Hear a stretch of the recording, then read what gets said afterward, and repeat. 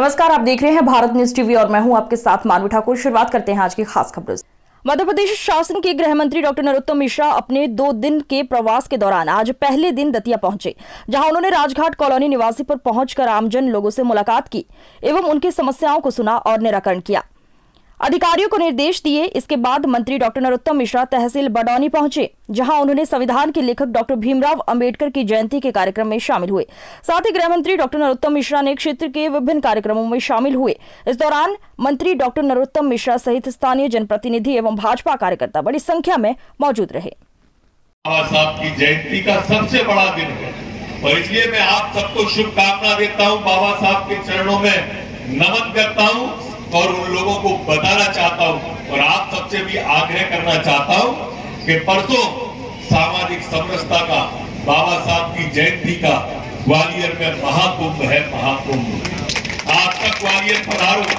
ग्वालियर के अंदर हमारे मुख्यमंत्री जी शिवराज सिंह चौहान जी, केंद्रीय मंत्री हमारे आदरणीय ज्योतिरादित्य सिंधिया जी, केंद्रीय मंत्री हमारे आदरणीय नरेंद्र सिंह तोमर जी और भी केंद्रीय मंत्री और राज्यों के सारा मंत्रिमंडल बाबा साहब को नमन करने ग्वालियर आ रहा है। ऐसा अद्भुत कुंभ है कि आप सब भी देखने के लिए पधारो और बाबा साहब को नमन करो। बहुत बहुत धन्यवाद हुआ करता। और जब आपने मुझे जिताया था तब मैंने कहा था कि दादा 2 नहीं रहेंगे, दादा 1 ही रहेंगे। ये इन दादाओं के लिए भय होना भी चाहिए।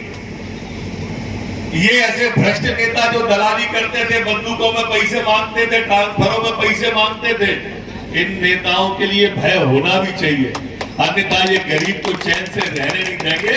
और इसलिए इनके लिए भय जरूरी है और बाकी की जनता के लिए सामाजिक समरसता जरूरी है और इसलिए सामाजिक समरसता का आज सबसे बड़ा दिन है। पिछला चुनाव जो 5 साल पहले आया था तो इनने कहा कि ये भाजपा वाले हरिजन एक्ट खत्म कर देंगे, हरिजन एक्ट हटा देंगे और जैसे ही चुनाव खत्म हुआ तो हरिजन एक्ट की बात खत्म कर दी। अब ये कितने बड़े बड़े झूठ आप सबसे बाबा साहब के अनुयायियों से बोले, आप इसकी कल्पना करें। चुनाव आता है तो डर दिखाया जाता है, भय दिखाया जाता है और चुनाव जाते ही ये सारी बातें समाप्त हो जाती है। कभी गरीब के लिए काम करते नहीं मिले होंगे। अभी 15 महीने की सरकार थी इनकी। अभी जैसा प्रकाश भाई, कमलेश भाई अपने भाषण में कह रहे थे कि बड़ौनी के अंदर सबसे ज्यादा प्रधानमंत्री आवास दिए। इन 15 महीने की जब कांग्रेस की सरकार थी, पिछली बार के 2 अप्रैल के दंगल पे के नाम पे इनने वोट लिए, हरिजन एक्ट के नाम पर किसी गरीब का केस नहीं हटाया जो केस लग गए। कोई प्रधानमंत्री आवास नहीं दिया न एक गरीब को, न बड़ौनी में न मध्य प्रदेश में। जो गरीबों के लिए हमारी योजनाएं थी, प्रधानमंत्री आवास की, संबल की, तीर्थ दर्शन योजनाओं की, वो इन कांग्रेसियों ने बंद कर दी। ये लोग एक मूर्ति पूरे विधानसभा में नहीं लगवाई।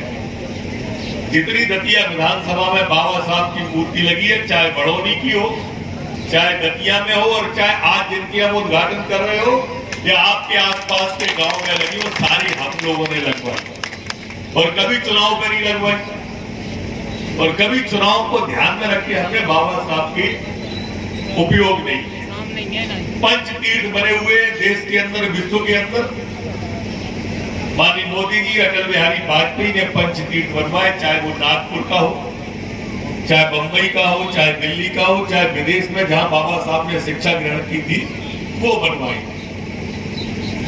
ये सारे लोग कांग्रेस के लोग, जिनकी वर्षों तक देश में सरकार ने, इन्हें कभी कोई तीर्थ नहीं